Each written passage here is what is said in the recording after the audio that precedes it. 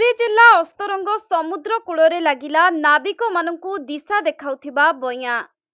तेबे ही विशाल गोलाकार लुहाखंड कौन ताहा जानिबा पूर्वरु लोकमाने समुद्र कूल एहाकु देखि बेस भयभीत होई पड़िथिले। एपरिकी ताकु देखिबा पई लोकंक भिड़ मध्य जमुछि।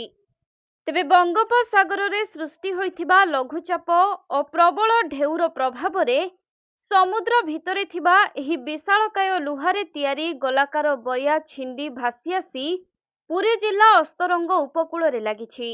फलरे उपकूलवर्ती लोकमाने एहाकु देखि आश्चर्य होइछन्ति।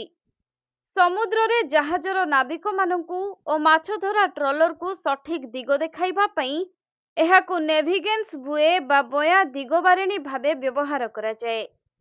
एहार उपर भागरे लागिथिबा लाइट संध्या समय रे जଳି उठी समुद्र पथरे यातायात करुथुबा जहाज गुड़िकु दिग निर्देश करिथाए।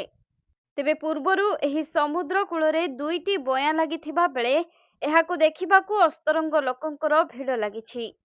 केही केही एहा कोन बोली जानि न पारि भयभीत मध्य हेउछन्ति। तेणु एहाकु देखि केही भयभीत हेबाकु बारण करिछन्ति गवेषक। देखु ये जो बइया लगी साधारणतः आमर नाविक मान जलपथरे बाट देखापी लगी थाए जहाँफल यहाँ बहुत किसी दिन पड़ा पुराणा हो कि कौन यार जो रोप हो कि चेन हो लगी पानी भितर को ये छिंडी जावा द्वारा यह साधारणतः उपकूल को कूल को पलि आसे जहाँकि आमर जो लघुचाप छोट छोट एवं हो तार भी प्रभाव पड़ी यहाँ आनी कूल लगेवाई। तेणुक इटा एमती कूल पड़ी रही नष्ट होची ना कौन प्रशासन हो ना बंदर कर्तृपक्ष यहाँ जदि से नहीं जाते हे तो से कम किसी सरकार लगी पाता नचेत यहाँ ये पड़ी पड़ी ही नष्ट होमती ही आम अस्तरंग उपकूल यहाँ देखा मिलूँ। तेणुक साधारण लोक मान मन टे भय भावना आसुच्ची कौन ये जिनस आसी आम उपकूल बारंबार लगुच। तेणुक से लोक मैंने साधारणतः भय कर किसी ये ना कारण जेहेतु यहाँ समुद्र भितर नाविक मान पथ देखा पड़ी थाए तेणुक ये आसी आम उपकूल लगुच।